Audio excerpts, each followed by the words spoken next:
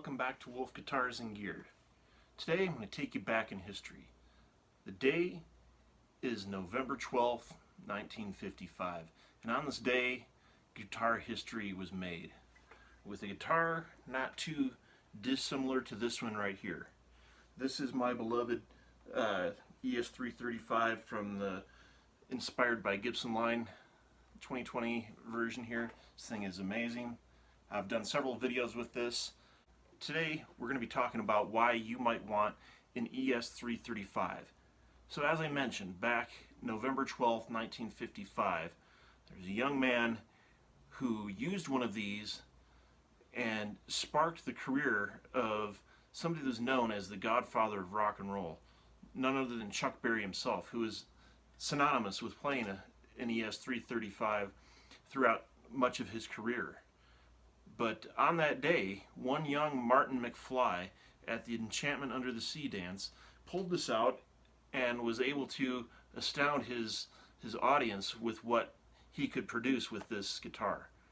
So if you pick one up, you might have a similar experience. So reasons why you might want an ES-335.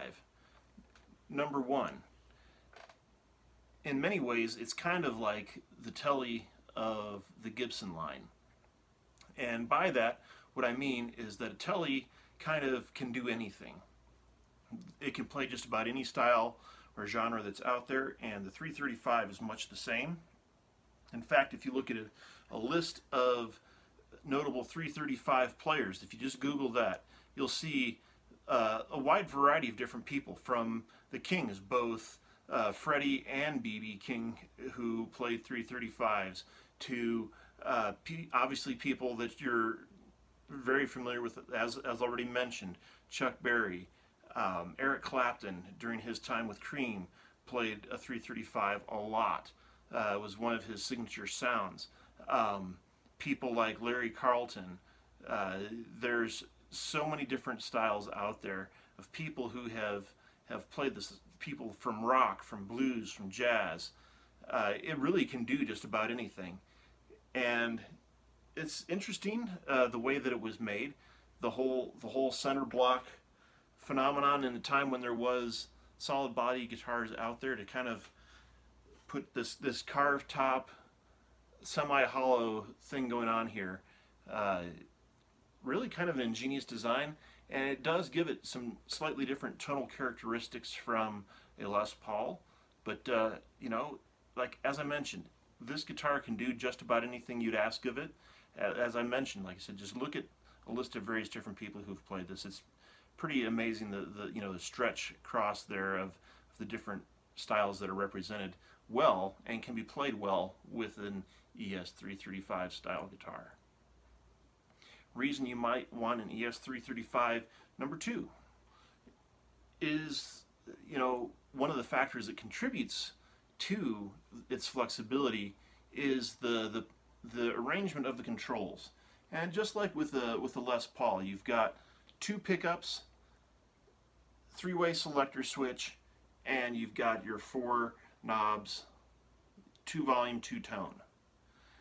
And I can already hear all the Strat guys saying, yeah, but my Strat has 5 positions.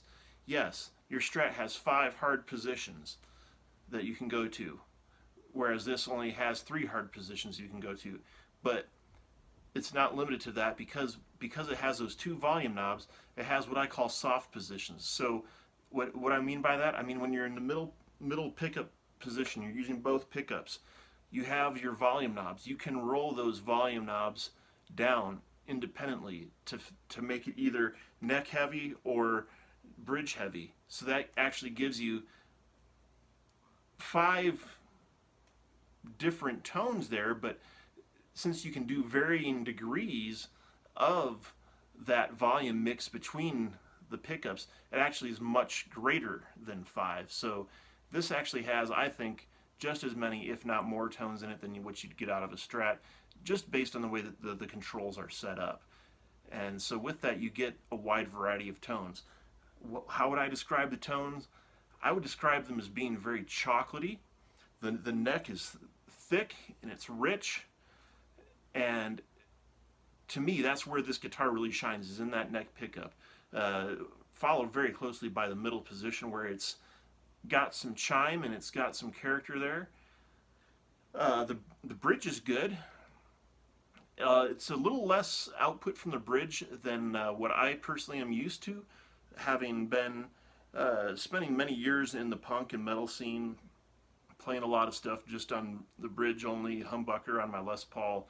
I spent a lot of years doing that. The bridge is not quite the same. It's a little less output than that, but it's still got some extra punch and some extra grit to it there. So, like I said, anything you need, from blues to jazz to rock, anything in between, this guitar can handle it.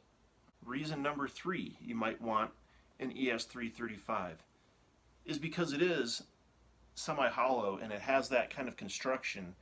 It does respond differently, not just in terms of the electronics, but when you plug this thing in and you play it loud, it does give back some extra feedback, more than what you would get out of a straight solid body guitar. And that can be a wonderful thing when you feel the guitar's body resonating up against yours, just ringing with those sound waves off the amplifier. That's a wonderful thing, and I hope that every real electric player gets to experience that at some point, because it's great. Reason number 4 you might want an ES-335. I mean, look at it. It's freaking gorgeous. The maple top here comes in a variety of different finishes. This happens to be the blueberry finish. Love the burst. It's a beautiful guitar. It's not extraordinarily heavy, but it's a beautiful design, and it's held up here over all these years. At this point, well nigh on 70 years that this design's been in production. So that alone, I think, speaks something to it, and it's a timeless instrument for a reason. Reason number 5 you might want to get yourself an ES-335. Another one of the people that I have been listening to and getting some playing tips from a lot over the last year is Tim Pierce. And if you watch his videos consistently, you'll see that he uses an ES-335 a lot. He's a session player, played on a lot of hit records. He has a phenomenal playing style, and he's just so much fun to watch. And just watching what he does and the tones that he can coax out of these guitars is amazing. And as I already showed in one of the previous videos, when you just use these knobs, don't just be that player that rolls them all the way to 10 and just plays on 10 all the time.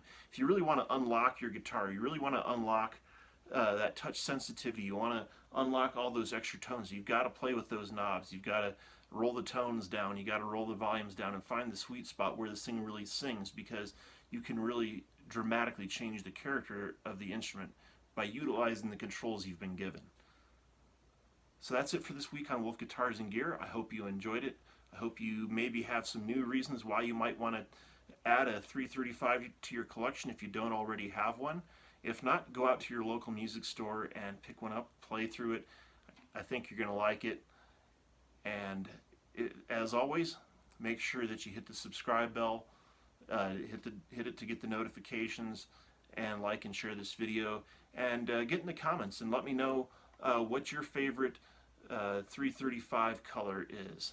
For me, like I said, I think this one is hard to beat, but then again, your classic Sunburst is pretty amazing as well. Thanks for watching. We'll see you next time on Wolf Guitars and Gear.